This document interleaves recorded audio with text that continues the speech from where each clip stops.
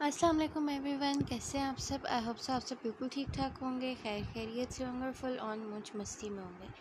سو آج ہے episode 20 part 1 and delay کیے بغیر ایپیسوڈ سٹارٹ کرتے ہیں۔ ابن آدم کا مقدر بنت ہوا کی تقدیر از قلم رائنا شیخ، قسط نمبر 20، پارٹ نمبر 1۔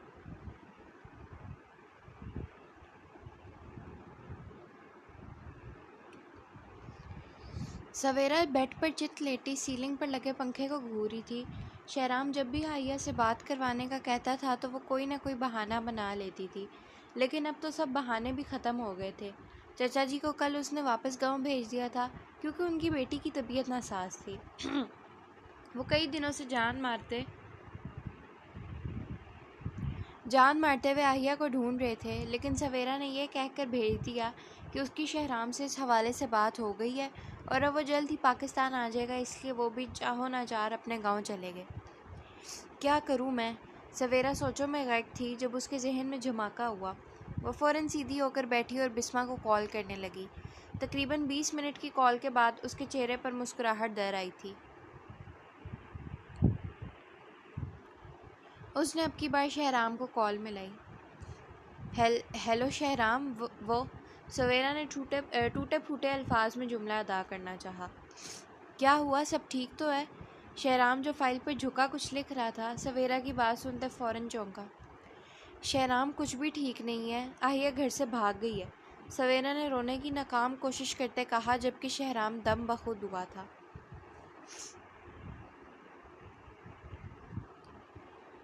کیا فضول بولی جا رہی ہو سویرا؟ شہرام اپنی جگہ سے اٹھتا جا رہا تھا تو سویرا کچھ سیکنڈ کے لیے چپ کر گئی، لیکن پھر بولی، میں فضول بولی ہوں؟ آپ کو تو میں ہی نظر آتی ہوں۔ وہ جو آپ کی بہن ہمارے اوپر کالک مل کر چلی گئی ہے، اس کا نہیں پتہ، کل رات کو گھر سے بھاگ گئی ہے وہ، سویرا نے اسی پر چڑھائی کرتے کہا، جبکہ شہرام نے نفی میں سر ہلایا۔ ایسا نہیں ہو سکتا، جھوٹ مت بولو تم، مجھے بتاؤ آہیا کہاں پر ہے؟ اتنے دنوں سے تم میری اس سے بات نہیں کروا رہی اور اب وہ اچانک بھاگ گئی۔ جواب دو سویرا، آہیا کہاں پر ہے؟ شہرام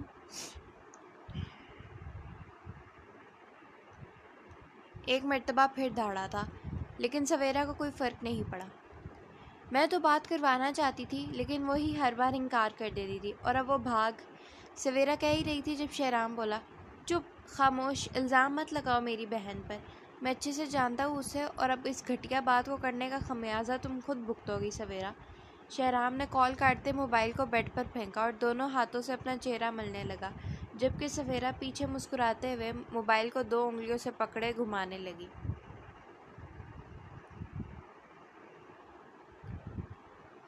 میں خمیازہ بھگتوں گی؟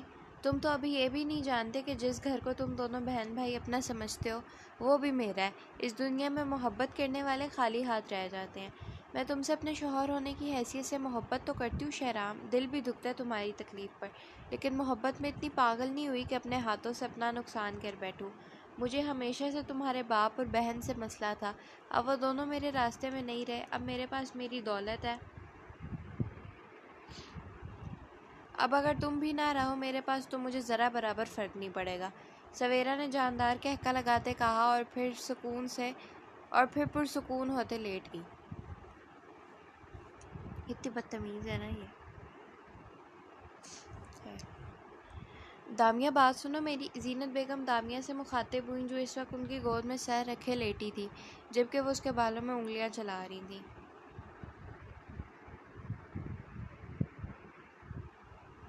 جی موم، اس نے پلکیں چپکاتے انہیں دیکھا۔ بیٹا میں نے کل تمہیں کسی سے ملوانے لے کر جانا ہے۔ زینت بیگم نے اس کا ماتھا چوما۔ کس سے؟ اس نے ناسمجھی سے دیکھا۔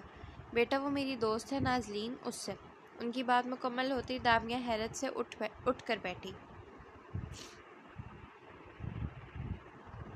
نازلین آنٹی، وہ جو تھراپسٹ ہے؟ دامیہ نے پوچھا تو انہوں نے ہاں میں سر ہلایا۔ دیکھو دامیہ، یہ ضروری ہے، تم اس سے کچھ دیر بات کرو گی تو اچھا فیل کرو گی۔ زینت بیگم نے اسے سمجھانا چاہا، لیکن وہ ان کی بات سمجھنے کی کیفیت میں ہی نہیں تھی۔ آپ کو لگتا ہے میں پاگل ہوں، ہے نا؟ اسی لیے ایسا کر رہی ہیں نا یہ سب، دامیہ نے عجیب سے انداز سے کہا تو انہوں نے اس کی بازو پکڑی۔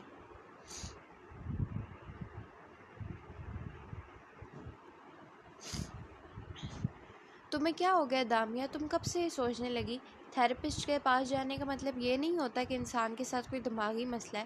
تھیراپسٹ کے پاس اس لیے جایا جاتا ہے کہ کبھی انسان بہتر فیل نہیں کر رہا ہوتا، اسے سمجھ نہیں لگ رہی ہوتی کہ وہ کس فیز سے گزر ہے۔ یہ سب باتیں تم ہی تو مجھے کہتی تھی، اب کیا ہو گیا تمہیں؟ زینت بیگم نے اسے سمجھایا۔ میری اس حالت کے ذمہ دار آپ لوگ ہیں۔ میں پاکستان نہیں آنا چاہتی تھی، لیکن آپ کے کہنے پر آئی۔ شادی کے لیے تیار نہیں تھی، لیکن آئندن سے ملی۔ مجھے اسے دیکھ کر لگا کہ وہ سب سے ہٹ کر ہے۔ کوئی ہے جو مجھے سمجھتا ہے، لیکن نہیں، وہ بھی ویسا ہی ہے۔ میری بوتیک پر حملے کے پیچھے مومنہ پاشا کا ہاتھ ہے۔ پولیس بے شک اس عورت کو گرفتار کر چکی ہے، لیکن وہ آئندن ہی تھا جو مجھے بار بار کہتا تھا کہ اس عورت سے محتاط رہنا۔ کبھی بھی وہ بوتیک میں آئے تو مجھے اسی وقت کال کر کے بتانا۔ میں اس کے بندوں کو دیکھ کر سمجھ گئی تھی کہ وہ کون ہو سکتے ہیں، لیکن اس نے ایک بار بھی زحمت نہیں کی کال اٹھانے کی۔ وہ بیٹھی ہوئی آواز کے ساتھ بولی تھی۔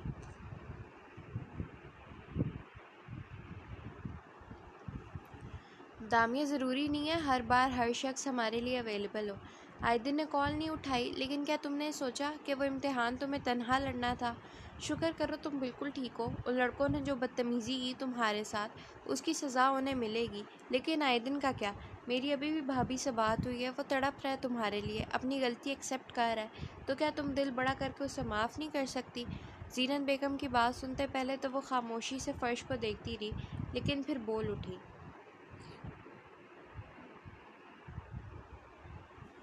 میں جانتی ہوں ہر وقت ہر کوئی کسی کے لیے دستیاب نہیں ہوتا، لیکن ایک شخص جو آپ کے ساتھ کھڑا رہے لیکن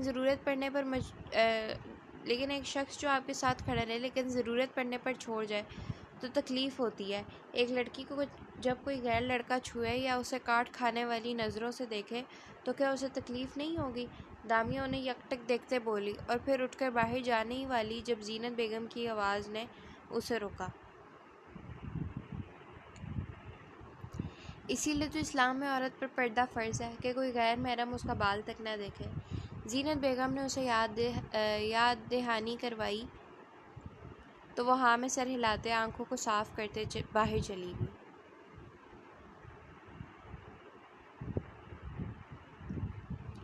ہنری اپنے جوتوں کے تسمے باندھتا اپنی شرٹ کو درست کرتے زینے اترنے لگا جب رضیہ بی بی کچن سے باہر نکلی۔ ارے تم کہاں چلے؟ انہوں نے پسینہ صاف کرتے اس سے پوچھا۔ کراچی، اس نے مغرور انداز میں اپنی حقیقی آنکھوں کو گھماتے ہوئے جواب دیا، ایسے جیسے جواب دے کر کوئی احسان کیا ہو۔ ہیں، تم کراچی جا رہے ہو؟ میں گھر پر اکیلی کیا کروں گی؟ انہوں نے پوچھا تو ہنری انہیں دیکھتا رہ گیا۔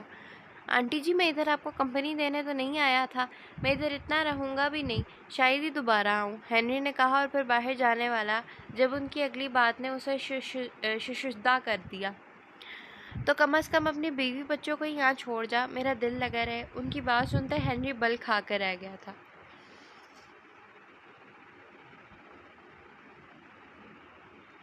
میں ہنری اسمتھ ہوں اور میں خود کے لیے اکیلا ہی کافی ہوں، بیوی بچے رکھنے کا شوق نہیں مجھے۔ ہنری اپنی بات مکمل کرتا یہ جا وہ جا ہوا تھا جبکہ رضیہ بی بی حیران ہوئے بغیر نہ رہ سکی۔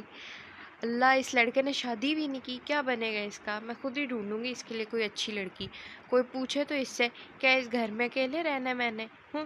انہوں نے گردن اکڑاتے کہا اور پھر واپس کچن میں چلی گئی۔ کبیر اسٹڈی میں بیٹھا لیپ ٹاپ کھولے غور سے کچھ ملاحظہ فرما رہا تھا۔ اس نے سی سی ٹی وی فوٹیج کو بند کیا اور بے یقینی سے وہیں بیٹھا رہا۔ صفان چھت پر آنے کی بجائے زرلش کے روم کے باہر کھڑا رہا اور پھر وہیں سے واپس چلا گیا۔ کبیر نے سوچا اور پھر لیپ ٹاپ بند کیا۔ اس نے ذہن پر زور ڈالا تو اسے یاد آیا کہ اس وقت فلزہ اور زرلش دونوں اس کمرے میں موجود تھیں اور صفان نے یقیناً ان کی کوئی نہ کوئی بات سنی ہے، لہٰذا وہ اگلے دن زرلش سے پوچھنے کا ارادہ رکھتا۔ اسٹڈی سے نکل گیا۔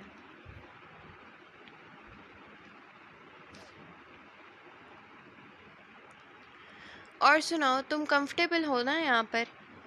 فلزہ نے اپنے ساتھ چلتی حیا سے پوچھا۔ وہ لوگ ابھی ہی ڈنر کر کے فارغ ہوئے تھے اور وہ دونوں لان میں واک کر رہی تھیں جبکہ محراب اپنے کمرے میں تھا۔ ہاں، تم میرے سے بار بار ایک ہی سوال کیوں کرتی ہو؟ آئیہ نے ابرو اوپر اٹھاتے کہا۔ تو فلزہ ہلکا سا مسکرائی۔ فلزہ گھر واپس آنے کے بعد مسلسل زرلش کے بارے میں سوچ رہی تھی، لیکن آہیہ کے سامنے ظاہر نہیں ہونے دیا کہ اسے کوئی پریشانی ہے۔ ویسی پوچھتی ہوں، یہ نہ ہو کہیں تم تنگ آ گئی ہو مجھ سے، فلزہ نے ہنستے ہوئے کہا تو آہیہ نے نفی میں سر ہلایا۔ نہیں، ایسا نہیں ہے، آہیہ نے کہا تو دونوں کے درمیان کچھ دیر تک خاموشی رہی، لیکن پھر آہیہ نے دوبارہ بات کا آغاز کیا۔ فلزہ، ایک بہت اچھا اسکول ہے، وہاں سائنس کی ٹیچر کی جاب کے لیے ایڈ دیا ہوا تھا انہوں نے، میں وہاں جاب کرنا چاہتی ہوں، آہیہ نے کہا تو فلزہ نے آنکھیں پھاڑے اسے دیکھا۔ بالکل بھی نہیں، کوئی ضرورت نہیں، بعد میں اپنی اسٹڈیز کمپلیٹ کر کے جاب کرنا، ابھی جب تک تم یہاں پر ہو میرے ساتھ ٹائم سپینڈ کرو، فلزہ نے اسے شہادت کی انگلی دکھاتے کہا۔ فلزہ، تم نہیں سمجھو گی، آہیہ نے اپنے ہاتھوں کی انگلیاں چٹکھاتے کہا۔ میں سب سمجھ رہی ہوں اور بہت اچھی طرح سمجھ رہی ہوں، پتہ نہیں کیا کیا سوچتی رہتی ہو۔ اب چلو واک کرو ورنہ مار کھاؤ گی میرے سے، فلزہ نے اسے مصنوعی گھوری سے نوازتے کہا تو وہ بھی ہنستے ہوئے آگے چل پڑی۔ وہ جاب کرنا چاہتی تھی، اپنا خرچہ خود اٹھانا چاہتی تھی، لیکن فلزہ اس کی بات سمجھتے منع کر دیتی تھی۔ اب وہ محراب سے اس بارے میں بات کرنے کا ارادہ رکھتی تھی۔ یہ منظر تھا ایک بڑے سے محل نما گھر کا، جو کہ وسیع پیمانے پر مشتمل تھا، لیکن وہاں کسی ذی روح کا نام و نشان تک نہ تھا۔ ایک شخص سیاہ پینٹ اور سیاہ ہوڈی پہنے، چہرے کو ماسک سے ڈھکے، اس جگہ کو غور سے دیکھ رہا تھا۔ وہ جانتا تھا اس گھر کا مالک وہاں موجود نہیں، لیکن وہ بغور ہر چیز کا جائزہ لے رہا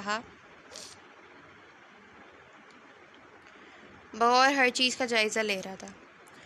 چوہا جتنا مرضی شیر بن لے، آخر میں چھپتا تو بل میں ہی ہے، اس شخص نے کہکا لگاتے کہا، اور پھر گاڑی سے پیٹرول کے گیلن نکالتا انہیں اس محل نما گھر پر چھڑک گیا۔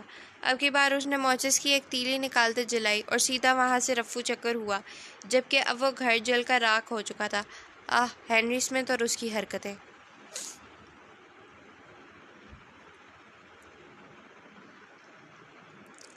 آدھی شب کا وقت تھا، فلزہ اور محراب دونوں گہری نیند میں غرق تھے جب محراب کا موبائل پورے زور و شور سے بجا، لیکن وہ ٹس سے مس نہ ہوا۔ محراب، کال آ رہی ہے، اس کے ساتھ لیٹی فلزہ نے مندی مندی آنکھیں کھولتے اسے جگایا، جس نے اب کی بار ہلکی سی آنکھیں واہ کی تھی۔ کیا ہوا فلزہ، سونے دو، محراب نے نیند سے لبریز ہوتے کہا اور کروٹ بدل گیا۔ کال آ رہی ہے کسی کی، فلزہ نے اب کی بار اپنی بات دوبارہ دہرائی تو اس کی آنکھیں پوری کھل گئیں۔ اس وقت کون کال کر رہا ہے؟ محراب بڑبڑاتے ہوئے اٹھ کھڑا ہوا، جبکہ فلزہ نے نیند کی وادیوں میں جاتے چہرہ کمفرٹر کے اندر چھپایا۔ محراب نے آنکھوں کو مسلتے کال اٹھائی تو اسکرین پر زنیرہ کا نمبر جگمگا رہا تھا۔ اس نے یک دم پریشان ہوتے کال اٹھائی۔ السلام علیکم، جی آپ ہی خیریت؟ محراب نے کال اٹھاتے ہی پوچھا۔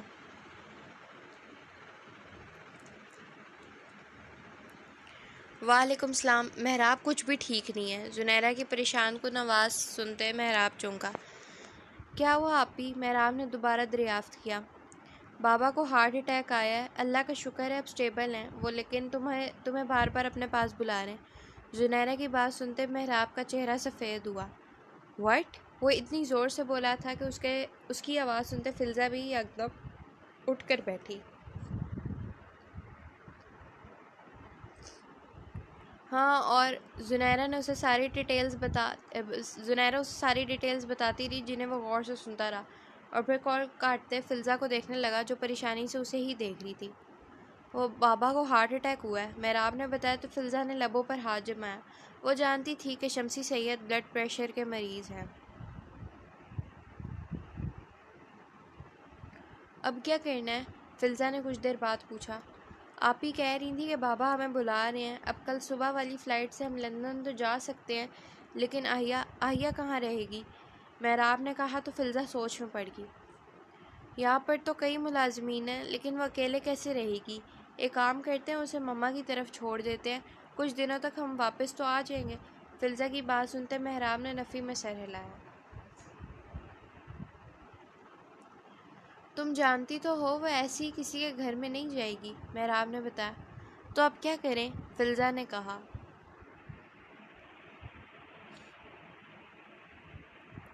میں دیکھتا ہوں کچھ نہ کچھ کرتے ہیں. ابھی تم سامان پیک کرو, میں کل دوپہر کی ٹکٹس بک کرواتا ہوں. محراب نے کہا اور اپنا موبائل اٹھا گیا, جبکہ فلزہ فوراً بالوں کا جوڑا بناتے کھڑی ہوئی اور پیکنگ کرنے لگی.